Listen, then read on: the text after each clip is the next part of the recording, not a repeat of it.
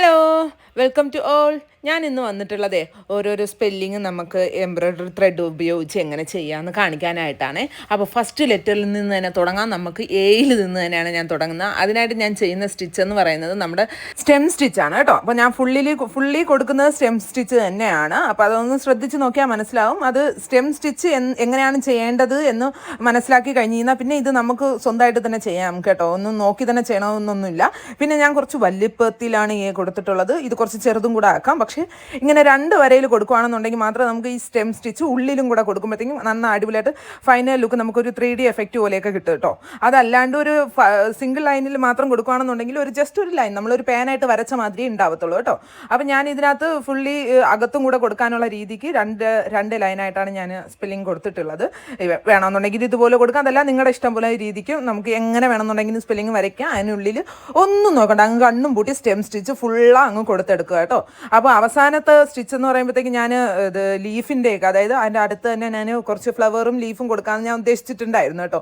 അതിൻ്റെ വീഡിയോ ഇല്ലയോ അവസാനമായിട്ട്, അതെങ്ങനെ പോയെന്ന് പറഞ്ഞുകൂടാ. വീഡിയോ സംഭവം ക്യാപ്ചർ ആയിട്ടില്ല. അതിൻ്റെ ഒരു വിഷമമാണ്. വേറെ ഒന്നും കൊണ്ടായിരുന്നില്ല, കുറച്ച് ദിവസം കൊണ്ടേ എനിക്ക് എന്താണെന്നറിയാത്ത ഒരു വിഷമം, സങ്കടം, ഭയങ്കരമായിട്ടൊരു ടെൻഷൻ പോലെ മനസ്സിനകത്ത്. ഒന്നിനും ഒരു മൂഡില്ല. അത് എന്തൊക്കെയോ പോലെ പെട്ടെന്ന് നമുക്ക് എന്താണെന്നറിയാത്തൊരു വിഷമം നമ്മുടെ ഉള്ളിൽ വരത്തില്ലയോ, ഭയങ്കര അഗാധമായ ഒരു വിഷമം. അതുപോലത്തെ ഒരു സംഭവത്തിലൂടെ 2-3 ദിവസം കൊണ്ട് ഞാൻ കൊണ്ടിരിക്കുന്നത്. എനിക്ക് എന്താണെന്ന് ഒട്ടും മനസ്സിലാവുന്നില്ല.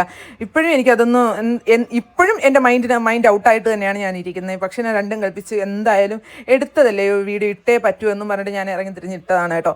അങ്ങനെ അതായത് ഈ സ്പെല്ലിങ് ഞാൻ ഫുള്ളും ചെയ്ത് തീർത്തായിരുന്നു. ബാക്കിയുള്ളത് ഞാൻ ചെയ്യാനായിട്ട് വീഡിയോ ഞാൻ റെക്കോർഡ് ചെയ്തുകൊണ്ടിരുന്നതാണ്. സംഭവം ഞാൻ സേവ് ആക്കിയെന്ന് വിചാരിച്ചിട്ടിരുന്നതായിരുന്നു. സംഭവം സേവ് ആക്കിയില്ല. നിങ്ങൾ വീഡിയോ തന്നെ നോക്കുമ്പോൾ മനസ്സിലാവും. കറക്റ്റായിട്ട് വീഡിയോ എടുത്തതുമില്ല. എന്നാൽ പിന്നെ ബാക്കിയുള്ളത് ഞാൻ ക്യാപ്ചറും ചെയ്തില്ല. ഒക്കെ കൊണ്ട് എന്തോ വീണ്ടും മൈൻഡ് ഔട്ട് ആവും പോലെ തന്നെയാണ് എനിക്ക് ഫീൽ ആവുന്നത്. എന്തായാലും എനിക്ക് കിട്ടിയത് വെച്ച് മാക്സിമം ഞാൻ നിങ്ങൾക്ക് കാണിച്ചു തന്നിട്ടുണ്ട് ഇതെങ്ങനെയാണ് ചെയ്യേണ്ടതെന്ന്. ഞാൻ ഡീറ്റെയിൽ ആയിട്ട് പറഞ്ഞും കൂടെ തരാം കേട്ടോ. ഉള്ളിലും മുകളിലും ബോർഡറും എല്ലാം സ്റ്റെം സ്റ്റിച്ച് തന്നെയാണ്. ഒരു സ്റ്റിച്ചും വേറെ ഒന്നുമില്ല. സ്റ്റെം സ്റ്റിച്ച് എന്താണെന്ന് അറിയാത്തവർ എൻ്റെ ചാനലിലോട്ട് കയറി നോക്കിയാൽ മതിയാവും. അതിൻ്റെ വീഡിയോ ഉണ്ട്, ട്യൂട്ടോറിയൽ ഉണ്ട്. അത് നോക്കി മനസ്സിലാക്കിയാൽ മാത്രം മതി. ഒട്ടും പാടില്ല, എളുപ്പത്തിനും ചെയ്യാൻ പറ്റിയ ഒരു സ്റ്റിച്ചാണ് കേട്ടോ ഈ സ്റ്റെം സ്റ്റിച്ച്.